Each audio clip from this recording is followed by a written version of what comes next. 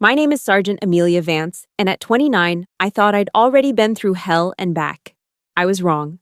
My father, Senator Richard Vance, is one of the most powerful men in Washington, D.C.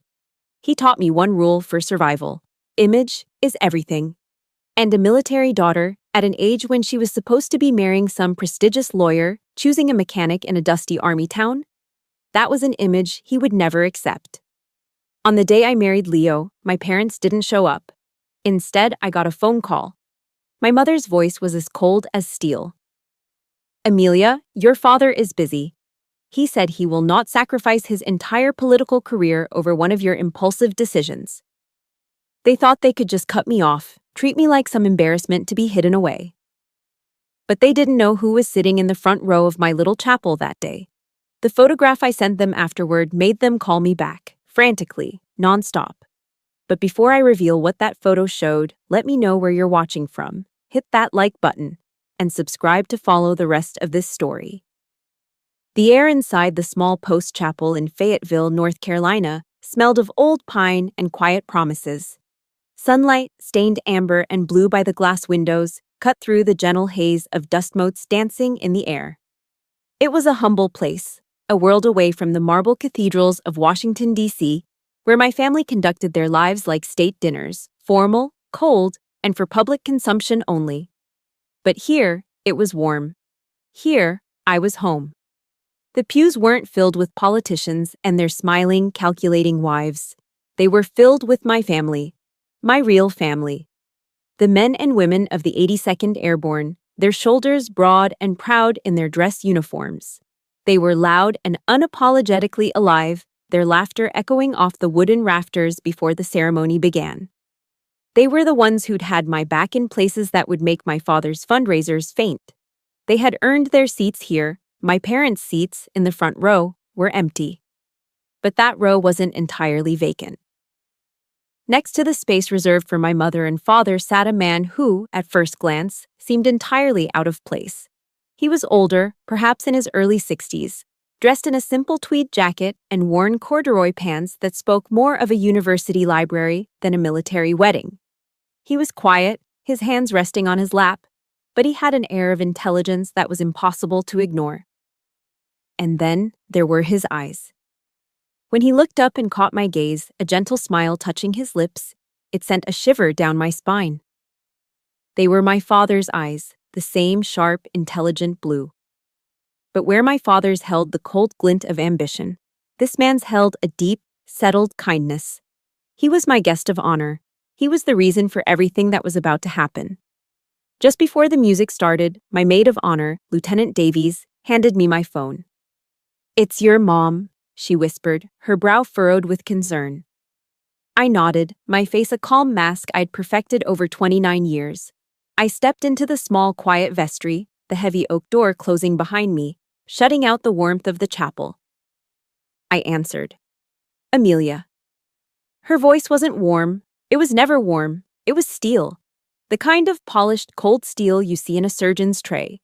There was no, "How are you?" No, "Are you happy?" No, "Congratulations on your wedding day." "Mother," I replied, my own voice even. A soldier's voice. "I'm calling to let you know that your father and I won't be able to make it," she said. It wasn't an apology. It was a statement of fact, delivered with the same emotional investment as a weather report. "He's incredibly busy. There's a vote on the transportation bill, and he can't afford to be seen out of town."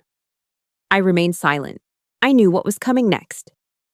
"He said," she continued, a slight edge to her voice now, "that he will not sacrifice his entire political career over one impulsive decision you've made." Impulsive. The word hung in the air between us, a carefully chosen weapon. At 29 years old, a sergeant in the U.S. Army who had led soldiers in combat, who had made life-and-death decisions under fire, I was still just a child making an impulsive choice in their eyes. Marrying Leo, a man with grease under his fingernails and more integrity in his little finger than my father had in his entire body, was not a strategic alliance. It was an embarrassment, a stain on the perfect family portrait. The writer Maya Angelou once said, "When someone shows you who they are, believe them the first time." I had given my parents hundreds of first times. This was simply the last. I understand, I said, and the two words were a blade, severing the final thread that connected us. I didn't wait for her reply. I ended the call. The party afterward was perfect. Not perfect in my parents' world. There were no string quartets or champagne fountains. It was perfect in my world. We held it in the backyard of our captain's house, under strings of fairy lights as the North Carolina sun began to set. The air was thick with the smoky, sweet smell of slow-cooked BBQ ribs. Kegs of local craft beer were sweating in ice-filled tubs. Leo, my husband, had his arm wrapped around my waist, his laughter the best music I'd ever heard. For a moment, I just soaked it in. This was real. This was mine. Then, I moved. "Captain Miller," I called out. My company commander, a good man with a booming laugh, came over. I pulled Leo close. Then, I walked over to my guest of honor. "Sir," I said softly, "would you mind taking a picture with us?" His kind eyes twinkled. "It would be my honor, Amelia." We stood there, the four of us, Leo and I in the middle, beaming. On one side, Captain Miller, representing the life of service and honor I had chosen. On the other, the quiet, scholarly man in the tweed jacket, representing a truth my parents had buried for decades. I held up my phone, snapped the picture, and looked at the image.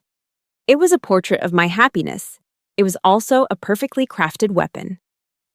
I opened my family's group chat, a digital space usually filled with my sister's brunch photos and my father's press releases. I attached the photo. I typed no words. I just hit send. For 3 minutes, there was silence. Then, my phone began to vibrate against the wooden picnic table. The screen lit up. Eleanor Vance. I ignored it. It stopped, then immediately started again. Senator Richard Vance. A beat of silence, then another buzz. Claire Vance. One after another, the calls came. Frantic. Desperate. A cascade of panic from their pristine world in D.C. They had seen the man in the photo, and they knew exactly what he represented. They knew the story he could tell. I looked at the screen, at my father's name flashing with an urgency he had never once shown for me. A slow smile spread across my face. I picked up the phone, not to answer, but to hand it to Leo. He looked at me, saw the victory in my eyes, and took it without a word. With a simple press of his thumb, he powered it off. The frantic buzzing stopped. All that was left was the sound of our friends' laughter and the soft evening breeze. The game had completely changed. My gaze drifted from my husband's loving face to the man sitting quietly at a nearby table. He has my father's eyes, the same eyes that had looked at me with such disappointment for years. But his were kind. I remember the first time I saw that kindness, on a rainy day when I thought I had nowhere else to go. The invisible scars are always the ones that hurt the most. They don't bleed, they don't bruise, but they ache with the memory of every silent judgment, every dismissive glance. My childhood was a collection of such scars, a carefully mapped atlas of my own inadequacy. I remember when I was 16, I'd spent months on my project for the state science fair, a study on bioremediation of contaminated soil. It was complex, it was important, and I won first place. I came home clutching a blue ribbon and a small trophy, my heart pounding with a fragile, hopeful pride. I found my father in his study, reading the Wall Street Journal. He glanced up when I came in, his eyes scanning the ribbon in my hand. He gave a single, curt nod. "Good," he said, his attention already returning to the stock market report. "But Claire was just made captain of the cheerleading squad. Now that's how you build relationships." And just like that, my months of intellectual labor, my passion, my achievement, it all evaporated. It was rendered worthless next to my younger sister's social victory.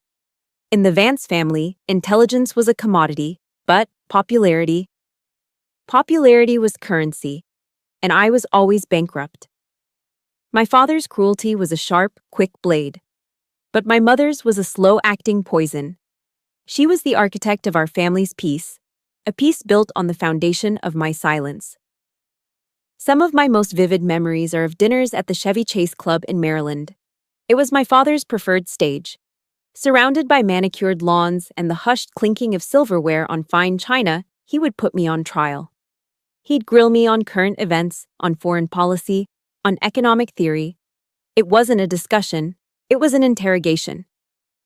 The other families at nearby tables would smile politely, oblivious to the public execution taking place. If I answered correctly, he'd simply move on. But if I faltered, if I offered a differing opinion, he wouldn't raise his voice. He would just look at me. A cold, heavy stare of disappointment that pinned me to my chair, that made the lobster bisque taste like ash in my mouth. It was a public humiliation, designed to remind me of my place.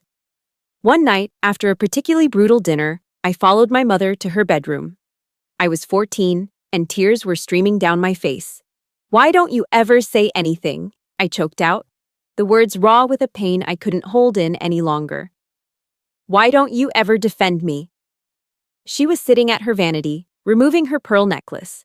She didn't look at me in the mirror. She just watched her own hands as they methodically unclasped the pearls. She sighed, a sound of profound weariness. "Amelia, don't make things more difficult than they need to be," she said, her voice soft but firm. "This family needs peace." Her peace. A peace I had to pay for with pieces of myself. I realized then that my mother wasn't a passive observer. She was a willing accomplice. Her silence wasn't weakness. It was a choice. She had chosen the pearls. She had chosen the status. She had chosen peace over her own daughter. The man from the wedding, the one with my father's eyes. I'd seen him once before, in a ghost of a memory. I was maybe 10 years old, exploring the dusty attic, and I'd found an old, leather-bound photo album. Tucked in the back was a picture I'd never seen. It showed my father, much younger, with his arms slung around another young man who looked so much like him they could have been twins. They were both grinning, leaning against an old Ford Mustang, the very picture of youthful joy. A joy I had never once seen on my father's face. I brought the album downstairs. "Mom," I asked, pointing to the photo, "who is this?" The change in her was immediate and terrifying. Her pleasant smile vanished, replaced by a tight, angry mask. She snatched the album from my hands. Her fingers, usually so graceful, were like claws as she tore the photograph from its paper corners. She ripped it in half, then in half again, and dropped the pieces into the wastebasket. "We do not speak of this person," she said, her voice a low, dangerous hiss. "Ever." I never asked again, but the image of that smiling man was burned into my memory. The day I finally met him, I was 18. It had been another terrible fight with my father. I don't even remember about what.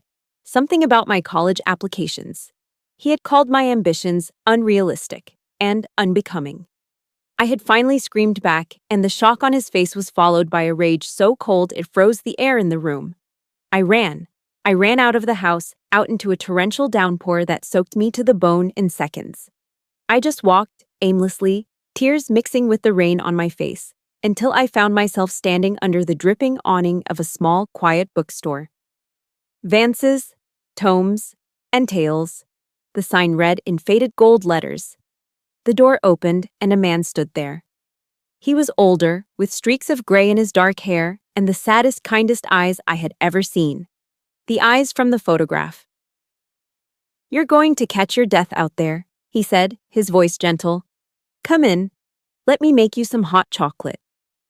I was so tired, so beaten down, that I didn't even hesitate. I stepped inside, into a sanctuary that smelled of old paper, leather, and brewing coffee. He didn't ask my name. He didn't ask why I was crying. He just handed me a warm mug, wrapped a thick wool blanket around my shoulders, and sat in an old armchair across from me. He just listened as the entire story of my lonely, gilded childhood poured out of me. He was Daniel Vance, my father's younger brother, my uncle, the man my family had tried to erase. He never once told me what to do. He just listened. Sitting there, in that haven smelling of old paper and rain, I realized I had a choice. I didn't have to live in their cold, perfect house forever. But what would a life of my own even look like? And where would I even begin? family isn't always blood. Sometimes it's a quiet bookstore in a historic Virginia town that smells of aging paper and cedar. Sometimes it's the person who sees the exhaustion in your eyes and doesn't try to fix you. For me, it was both. And it began with my uncle, Daniel Vance. After that first rainy night, his bookstore became my secret sanctuary. Whenever I could get away from the suffocating perfection of my life in D.C., I would drive the 2 hours to his small town. I'd spend afternoons tucked away in a worn leather armchair, reading poetry while he worked. He never pushed me to talk about my father. In fact, he rarely mentioned his brother's name. Instead, he taught me things my father never did. He taught me how to listen. Not just to wait for my turn to speak, but to truly hear. He taught me how to debate an idea with respect, how to disagree without being disagreeable. My father saw differing opinions as a threat. Daniel saw them as an opportunity to learn. We'd argue about everything from fiscal policy to the novels of Faulkner, and at the end of it, he would always smile and say, "You have a remarkable mind, Amelia." No one had ever said that to me before. In my father's house, my mind was a tool for performance. Here, it was something to be valued for its own sake. Sometimes for lunch, he would walk to the deli next door and bring back 2 pot roast sandwiches, overflowing with tender beef and caramelized onions on thick, crusty bread. We'd eat them right there, amongst the stacks of books, a simple meal that felt more like home than any of the catered dinners of my childhood. That bookstore wasn't just a place of refuge, it was where I began to rebuild myself. It was also where I met Leo. My beat-up 10-year-old Honda finally gave out one summer afternoon, rattling to a stop just a block from Daniel's store. I called him, frustrated and near tears, and he said, "Don't worry, I know a guy." 20 minutes later, a tow truck pulled up and Leo stepped out. He wasn't what I expected. He wasn't some slick, handsome lawyer my father would have approved of. He was tall and lean, with kind eyes and hands stained with the honest grit of his work. There was a quiet confidence about him, a stillness. He didn't just fix the car. As he worked, he noticed the dark circles under my eyes, the slight tremor in my hands from the constant stress. He looked up from the engine and said, "You look like you're carrying the world on your shoulders." It was such a simple, direct observation. No judgment, no pity, just a fact. And for some reason, it made me want to cry. He didn't try to solve my problems.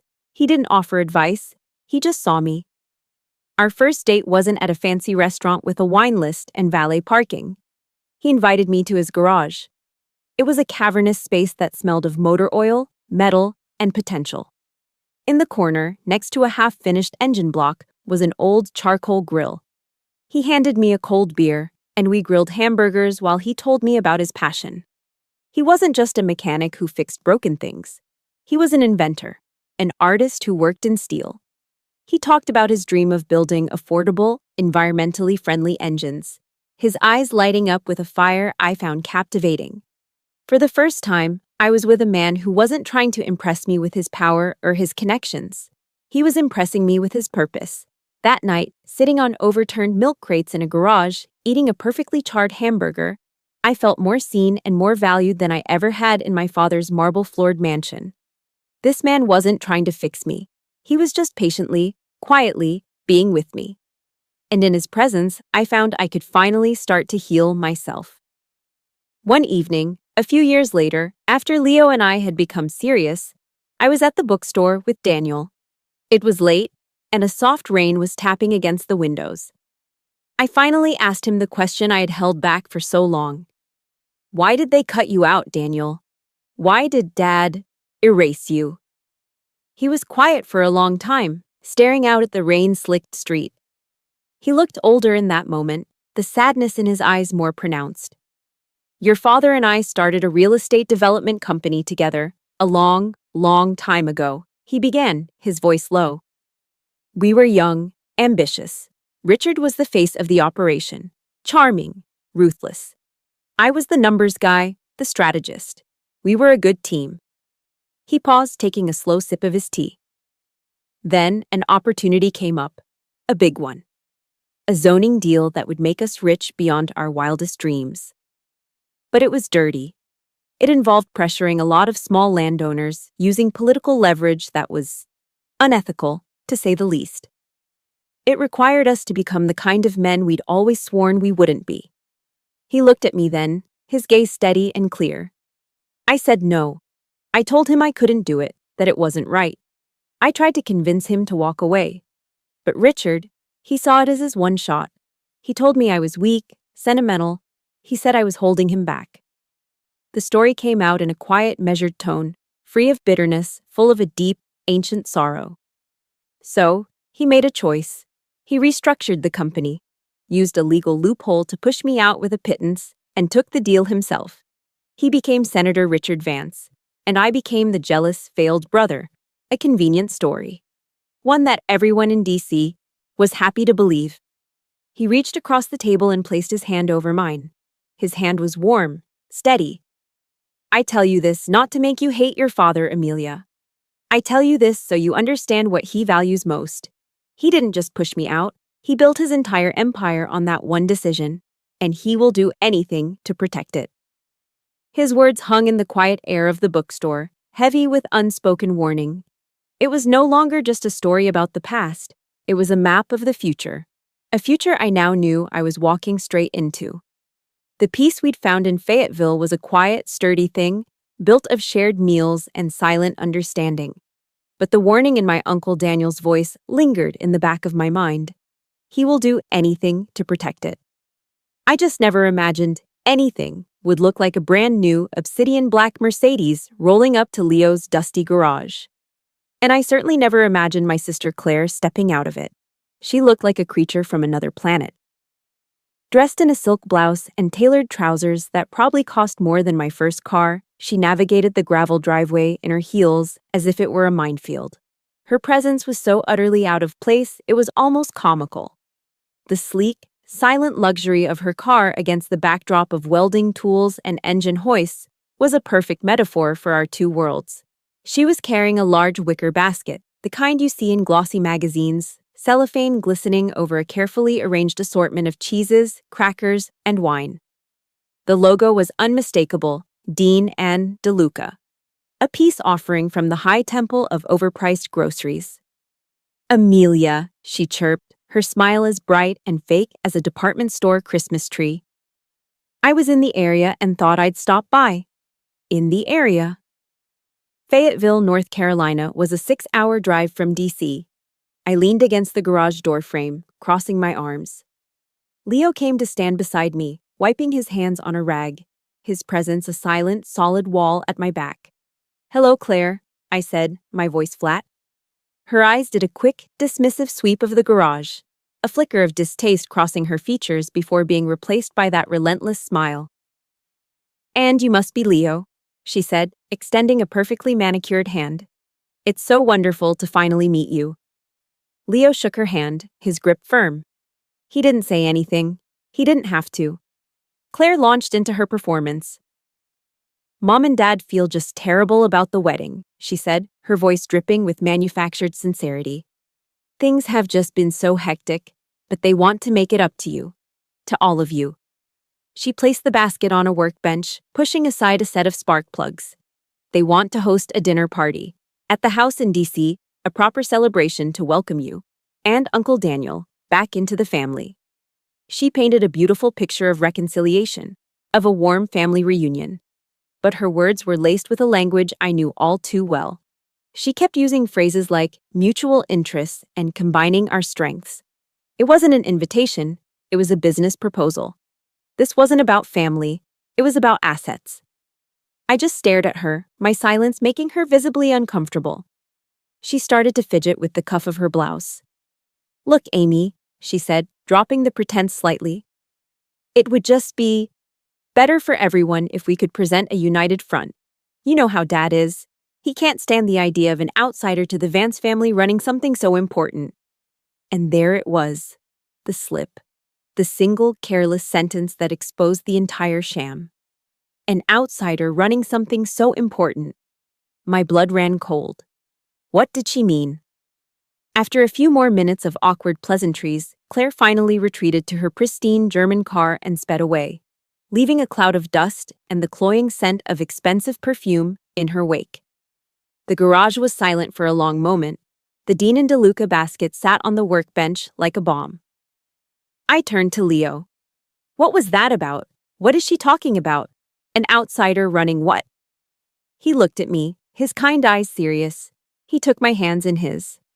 Amelia, he began, his voice steady. There's something I should have told you sooner. I loved that you fell in love with me when I was just a mechanic. He led me to the back of the garage, to a door I'd always assumed was a storage closet. He unlocked it and flicked on a light. My jaw dropped. It wasn't a closet, it was a lab. Clean white walls were lined with computer servers, diagnostic equipment, and complex schematics. In the center of the room, on a pristine workbench, was a sleek, compact battery array, glowing with a soft blue light. This garage isn't just a garage, he said quietly. It's my headquarters. My name is Leo Miller, and my company is LM Technologies. The name hit me like a physical blow. LM Technologies was the ghost in the machine of the DC defense world.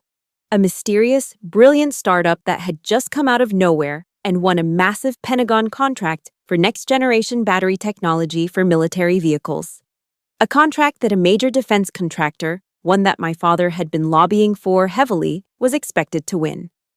Leo had beaten my father. The photo. The phone calls. Claire's sudden appearance. It all clicked into place with sickening clarity. They didn't care about Daniel. They didn't care about me. They wanted him. My father couldn't beat Leo, so he was trying to absorb him, to control him. I wasn't shocked that Leo was successful. I always knew he was brilliant. What overwhelmed me, what brought tears to my eyes, was the profound realization that this incredible man had loved me, had chosen me, when he had nothing to gain. He had let me believe he was just a simple mechanic, and he had valued me for who I was, not for what my name could do for him. He had given me the one thing my own family never had: unconditional love. The dinner invitation wasn't an olive branch, it was a trap. It was a hostile takeover bid, and I was supposed to be the leverage. I looked at Leo, at this good, strong man who was my husband, my partner, my true family. I saw the quiet strength in his eyes, and I felt my own resolve harden into something unbreakable. The fear and hurt I had carried for so long finally burned away, leaving behind a cold, clear certainty. If you've ever felt like your worth to your family was tied to what you could do for them, please hit that like button to show your support. And in the comments below, just type the words, "I understand," because I need to know I'm not alone in this fight. I took a deep breath, the smell of oil and steel filling my lungs. It was the smell of my real life, my real home. "I'm going," I said, my voice quiet but firm. But not to reconcile. I looked him straight in the eyes. I'm going to end it. Walking into my childhood home in Georgetown was like stepping onto a perfectly preserved movie set. Everything was exactly as I remembered. The gleaming hardwood floors, the impossibly high ceilings, the suffocating silence that clung to the air like dust. Every surface was polished to a mirror shine. Every flower arrangement was flawless. Every object was placed with architectural precision. It was a beautiful house. It had never been a home. My father, Senator Richard Vance, greeted us at the door, his face arranged into a mask of paternal warmth that didn't quite reach his eyes. My mother, Eleanor, stood beside him, a perfect hostess in a cashmere dress, her signature pearls gleaming at her throat. "Amelia, darling," she exclaimed, air-kissing the space beside my cheek. The performance began immediately. My father clapped Leo on the shoulder with a familiarity that was nauseating. "Leo, my boy, it's a pleasure. I've been hearing great things about your hidden talents." The word hidden was laced with a subtle condescension, as if Leo had been a clever trick he'd only just discovered. Then he turned to Daniel, the brother he had financially ruined and socially exiled for over 30 years. He smiled, a wide politician's smile. "Daniel, it's been too long. Welcome home." He said it as if they had simply lost touch, as if Daniel had been on a long vacation instead of living in forced obscurity. I watched my uncle's face remain perfectly neutral, his quiet dignity a shield against the staggering hypocrisy of the moment. I felt a wave of nausea. This wasn't a family reunion. It was a strategic negotiation, and we were the opposing counsel. Dinner was served in the formal dining room, under a crystal chandelier that dripped light onto the polished mahogany table. The meal was an elaborate, multi-course affair catered by one of DC's finest chefs. The wine was a vintage Bordeaux that cost more per bottle than my monthly rent. Everything was designed to impress, to intimidate, to remind us of the power we were up against. Throughout the meal, my father held court, directing a series of thinly veiled insults disguised as casual conversation. Each one was a carefully aimed dart. "It's a relief Amelia found a man who can provide for her," he said to the table at large, swirling the red wine in his glass. "That military career, well, it's noble, of course, but it doesn't exactly lead anywhere, does it?" He was dismissing my service, my rank, my entire identity, reducing it to a quaint but unprofitable hobby. He turned his attention to Leo. "So, a mechanic from a small town. Quite the Cinderella story. It's amazing what a bit of luck and the right connections can do for a man."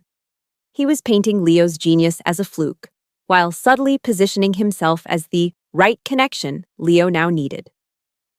Leo just smiled politely, taking a sip of water. Daniel remained silent, observing.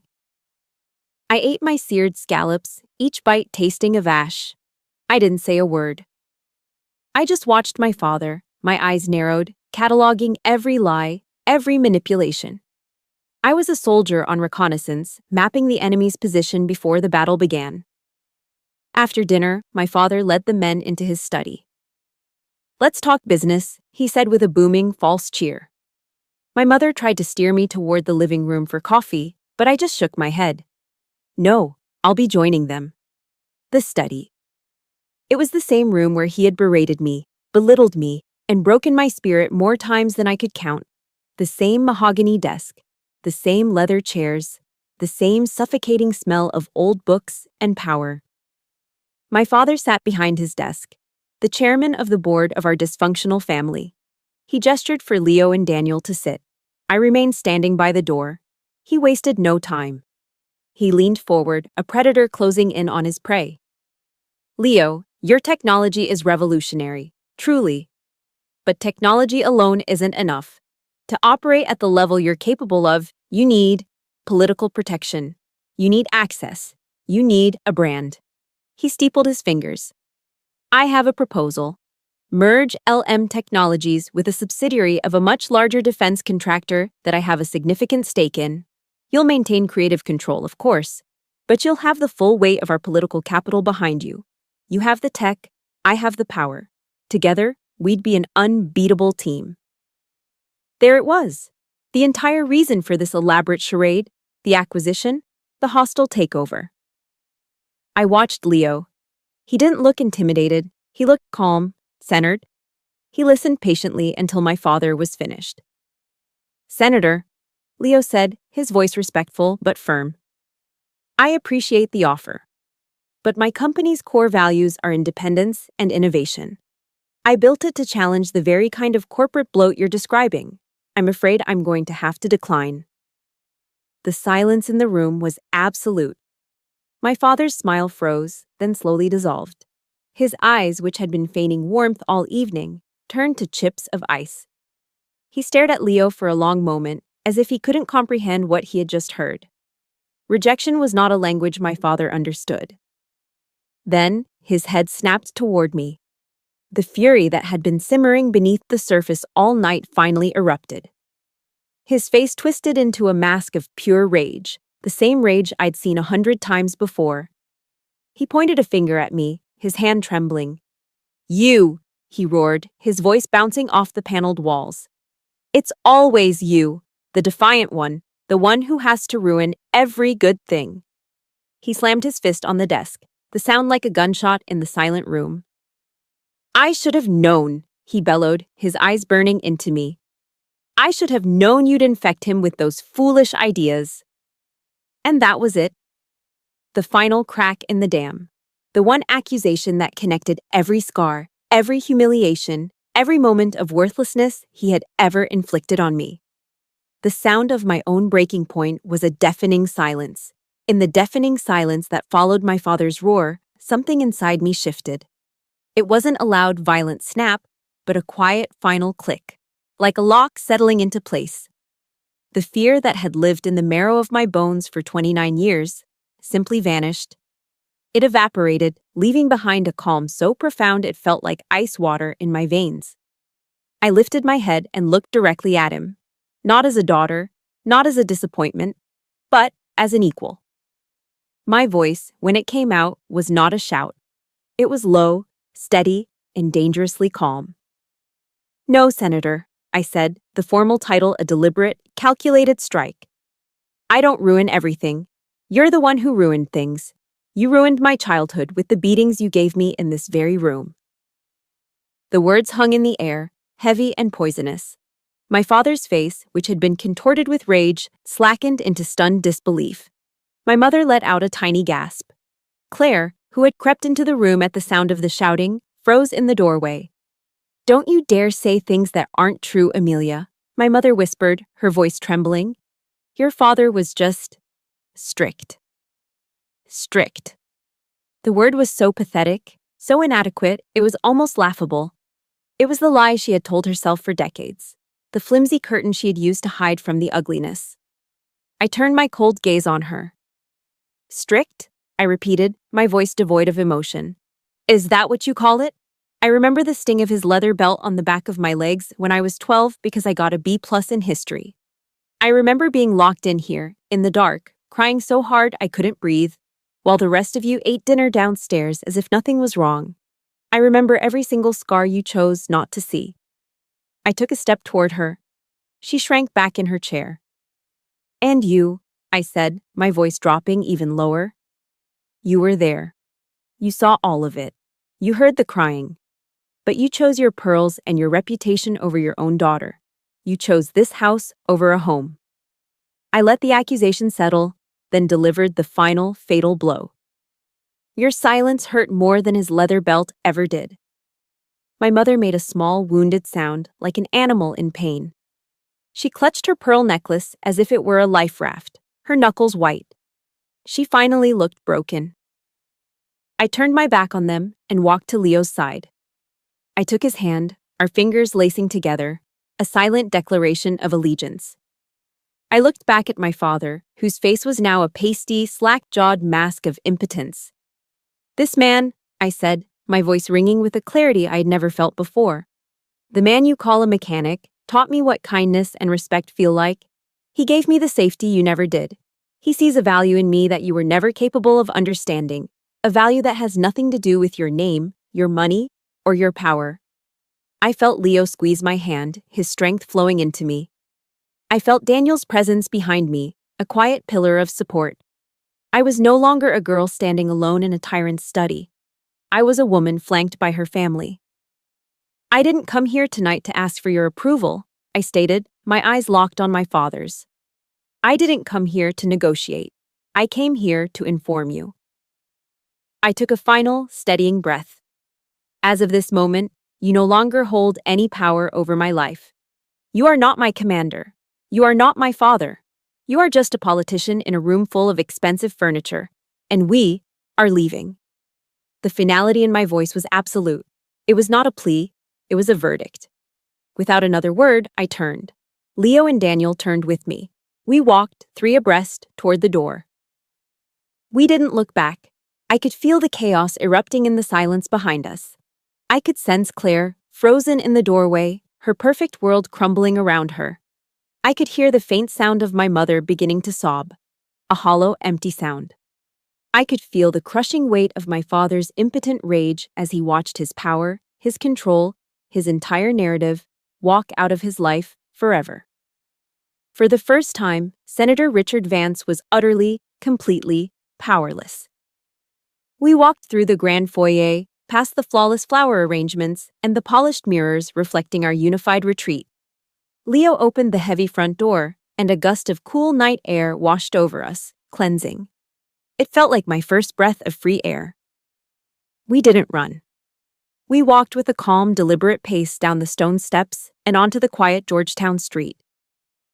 We didn't say a word until we reached our car. Behind us, the heavy oak door of the Vance house slammed shut. The sound echoed in the night, sharp and final.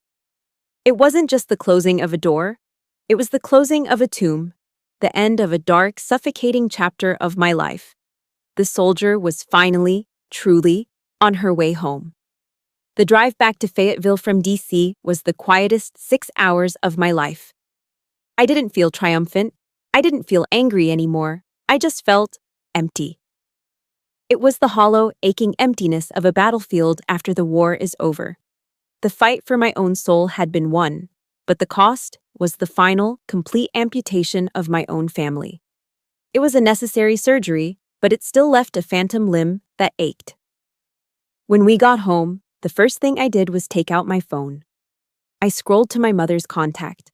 Her picture, a professionally taken photo of her and my father smiling at a charity gala, stared back at me. I pressed block number. I did the same for my father. It wasn't an act of anger. It was an act of sanitation, of cleaning a wound to prevent infection. It was the building of a wall, a high, steel wall. My silence was the mortar holding it together. I was no longer a player in their game. We fell back into our life in Fayetteville. The quiet rhythm of it was a balm to my raw nerves. Early morning runs, the smell of coffee brewing, the familiar hum and clank from Leo's garage. This was real. The life we were building, brick by brick, was founded on respect and honesty, not on image and power.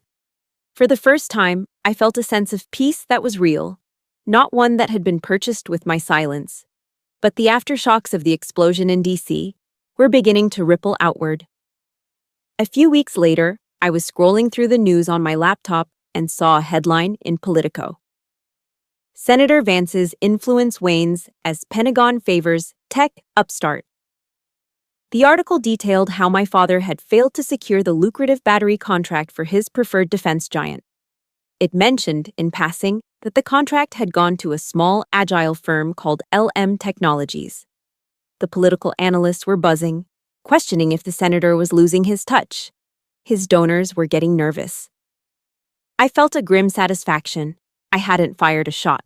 My father's empire was beginning to crack under the weight of its own arrogance. He had tried to acquire the future, and when he failed, the future simply passed him by. The consequences weren't just political. They hit closer to home in a way I hadn't anticipated. One afternoon, my phone rang. It was a number I didn't recognize, so I let it go to voicemail. A few seconds later, a text popped up. "Amy, please pick up. It's me." "Claire." With a heavy sigh, I called her back. The voice on the other end was not the chirpy, condescending tone of my sister. It was the ragged, desperate sob of a girl whose entire world had just been shattered. "He called it off," she wailed, without any preamble. "Jonathan's family. They called off the engagement." Jonathan was Claire's fiancé, the heir to a hotel fortune. Their wedding was supposed to be the social event of the season, the ultimate merger of two powerful DC dynasties. His father said that our family's long-term stability was in question, she cried. "It's because of Dad losing that contract. I know it is. And it's all your fault. You ruined everything." There it was, the blame. Even in her despair, her first instinct was to make me the villain. The old Amelia would have absorbed that guilt. The old Amelia would have apologized. The new Amelia just listened. I let her cry it out. I let her vent all her anger and fear and frustration. I didn't defend myself. I didn't argue. I just stayed on the line, a silent, steady presence. There was no joy in her suffering. I wasn't reveling in her pain. Seeing my sister, the golden child who had always floated through life on a cloud of privilege, so utterly broken, it just made me sad. Sad for the hollow life she had been raised to value. When her sobs finally subsided into shuddering breaths, I spoke. My voice was gentle, but firm. "Claire," I said, "I'm sorry you're hurting." She was quiet for a moment, probably shocked that I wasn't yelling back. "I can't fix this for you," I continued. "I can't talk to Jonathan's family. And I won't talk to Mom and Dad to try and smooth things over. That life, that world, it's not mine anymore. So you're just going to do nothing, she asked, her voice thick with disbelief. No, I'm not going to do nothing. If you want to build a life of your own, a real one, I'll help you. I'll help you write a resume. I can make some calls, help you find a real job, a place of your own. I can help you learn how to stand on your own 2 feet. I paused, letting the offer sink in. Then I drew the line, the boundary that I knew was essential for my own survival. But I will not come back to that house, and I will not engage with mom and dad. That is my boundary, non-negotiable. Have you ever had to set a difficult boundary with a family member to protect your own peace? It's one of the hardest and most important things we can do. If you get it, if you support this decision, please give this a like. And in the comments, just write 2 simple words. Good for her. I'd love to see that wave of support. Claire was silent on the other end of the line. I could almost hear the gears turning in her head as she tried to process an offer that wasn't based on manipulation or mutual gain, but on genuine, conditional support. I have to go, Claire, I said finally. The offer stands. You know how to reach me. I hung up the phone. I hadn't punished her. I hadn't gloated. I had used my power not as a weapon, but as a tool to build a bridge she could choose to cross, but one that stopped firmly at the edge of my own hard-won peace. I had drawn my line in the sand. But as I sat there, I started to realize that the consequences of that night were bigger than just our family. The cracks were starting to show on the outside, for the whole world to see. They say that a house built on a rotten foundation will eventually collapse under its own weight. I didn't have to push it. I didn't have to light a match. I just had to step away and wait for the laws of physics to do their work.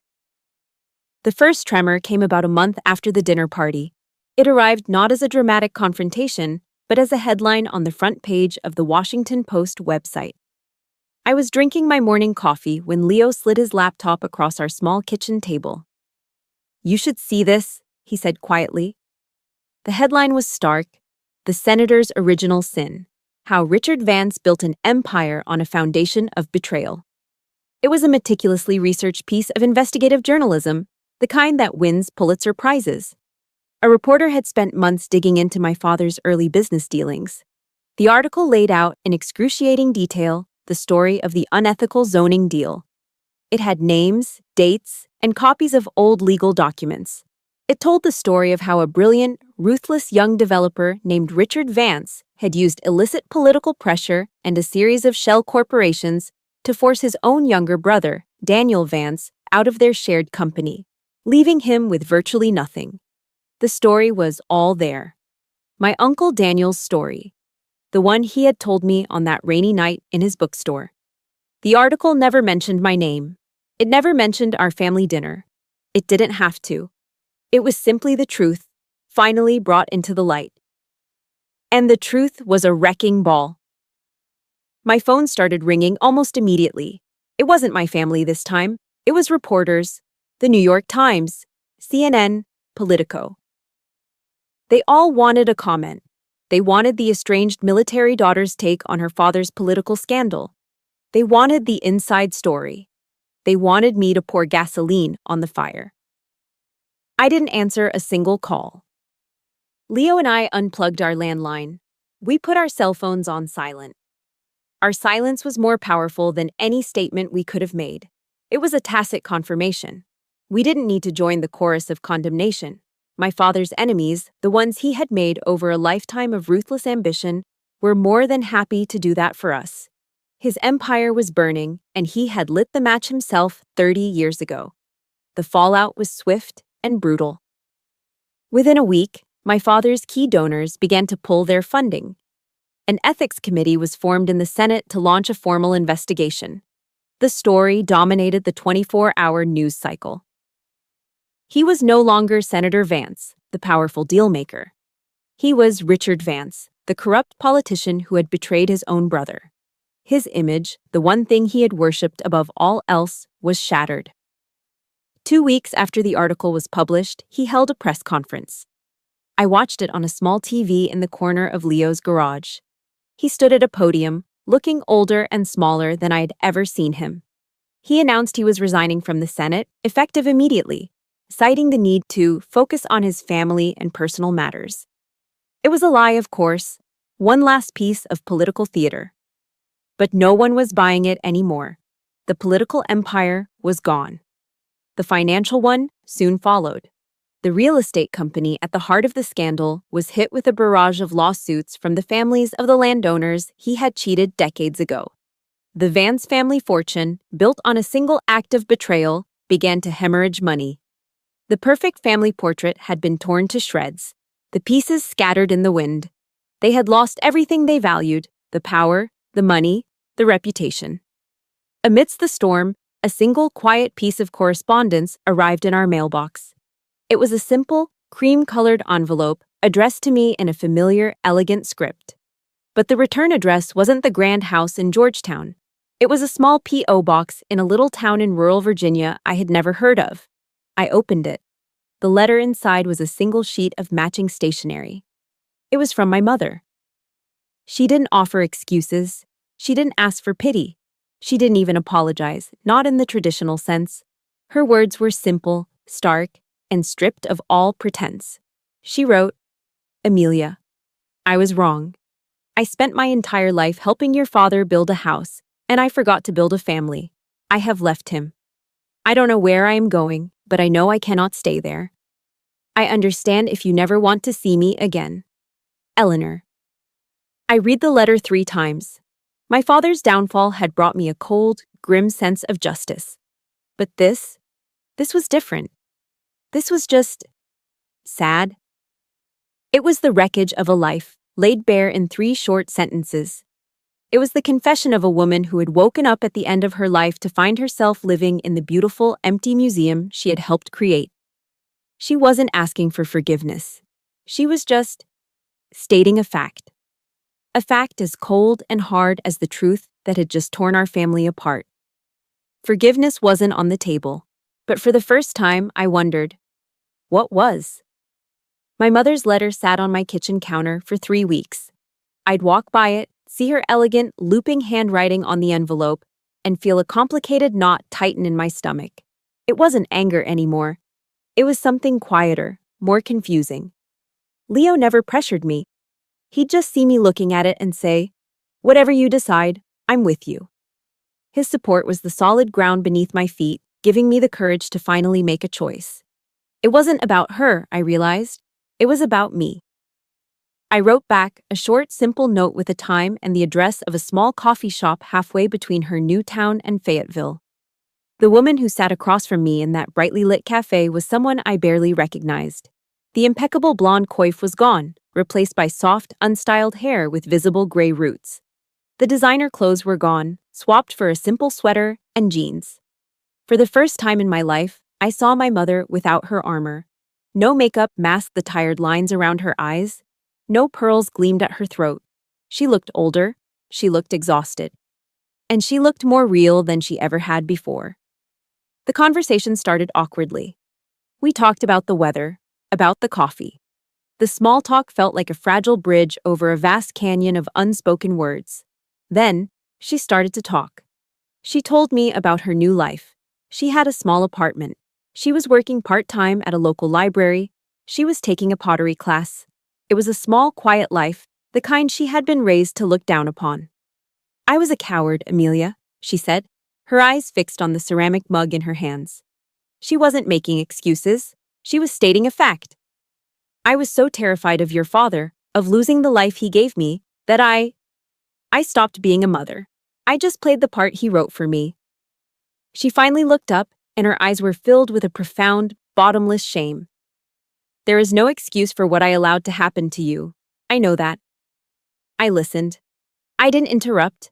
I just let her truth, her broken, ugly truth, fill the space between us. And as I listened, I felt the last of the hardened anger inside me begin to soften, not into forgiveness, but into a kind of sad understanding. We sat in silence for a long moment. The only sounds were the hiss of the espresso machine and the quiet chatter from other tables. "I forgive you," I said, and the words felt strange and new on my tongue. She looked up, startled, tears welling in her eyes. "Amelia, you don't have to." "I know," I interrupted gently. "I'm not doing it for you. I'm doing it for me." I leaned forward, my voice quiet but clear. I forgive you because I deserve to have peace. I forgive you because I cannot carry this anger around for the rest of my life. It's too heavy. I saw a flicker of hope in her eyes, and I knew I had to draw the line immediately before that hope could grow into a dangerous expectation. But that doesn't mean things go back to the way they were, I continued, my voice steady. There is no going back. We can't erase the scars. I laid out the new terms of our engagement, the non-negotiable boundaries. We can start over. But it will be slow. There will be no more fake family dinners. No more performances. There will only be honesty. And you have to respect that. You have to respect my life, my husband, and my home. You have to respect my peace. She just nodded, tears streaming silently down her cheeks. It wasn't the cathartic movie scene reconciliation. It was something much more real. It was the beginning of a fragile, tentative truce built not on sentiment, but on brutal honesty. A new foundation, on cleared ground. After another moment of silence, she asked the question I knew was coming. Her voice was barely a whisper. And your father? I didn't have to think about the answer. The decision had already been made, long ago, in the cold silence of his study. I shook my head slowly. I have nothing to say to him, I said. The words were not born of hatred, but of a quiet, final acceptance. I hope he finds some kind of peace for himself one day, but I will not be the one to bring it to him. That door was closed, locked. The key melted down. It was the healthiest, most necessary decision of my life. I was no longer waiting for the father I wished I had. I was accepting the one I got and choosing to walk away. Driving away from the coffee shop, I didn't feel sadness or anger, just quiet. I had closed a door on my father and opened a new, fragile one with my mother. But the most important door was the one in front of me, the one leading back to Leo. To the life we were building. A life not based on the past I had survived, but on the future I was choosing to create. The sunrises in Fayetteville are different from the ones in D.C. In Washington, the sun seems to fight its way through a haze of ambition and concrete. Here, it just arrives. It spills golden and warm over the pine trees, promising nothing more than a new day. And for the first time in my life, that's all I need. It's been 5 years since that dinner, 5 years of quiet, steady, beautiful life. I'm still a sergeant in the Army, but something has changed. I no longer wear the uniform as armor to hide myself from the world. I wear it with a simple, quiet pride. It's a part of who I am, not an escape from who I was. Our house isn't a mansion. It's a modest, rambling ranch with a big backyard, usually littered with Leo's half-finished projects and our son's toys. Our son. His name is Sam. He has Leo's kind eyes and my stubborn chin. Our home is loud. It's filled with the sound of a 4-year-old's questions, with the banging of pots and pans, with open debate and easy laughter. It is perfectly imperfect. It is safe.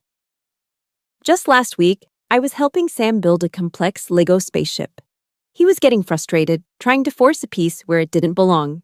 The plastic brick wouldn't click into place, and he let out an angry little growl, his small face clouding over. He balled his fist and was about to smash the whole thing to pieces. "It's stupid," he yelled. In that moment, a ghost of a memory flickered through me. The memory of a cold stare, of a father's heavy sigh of disappointment, of the feeling of being fundamentally wrong.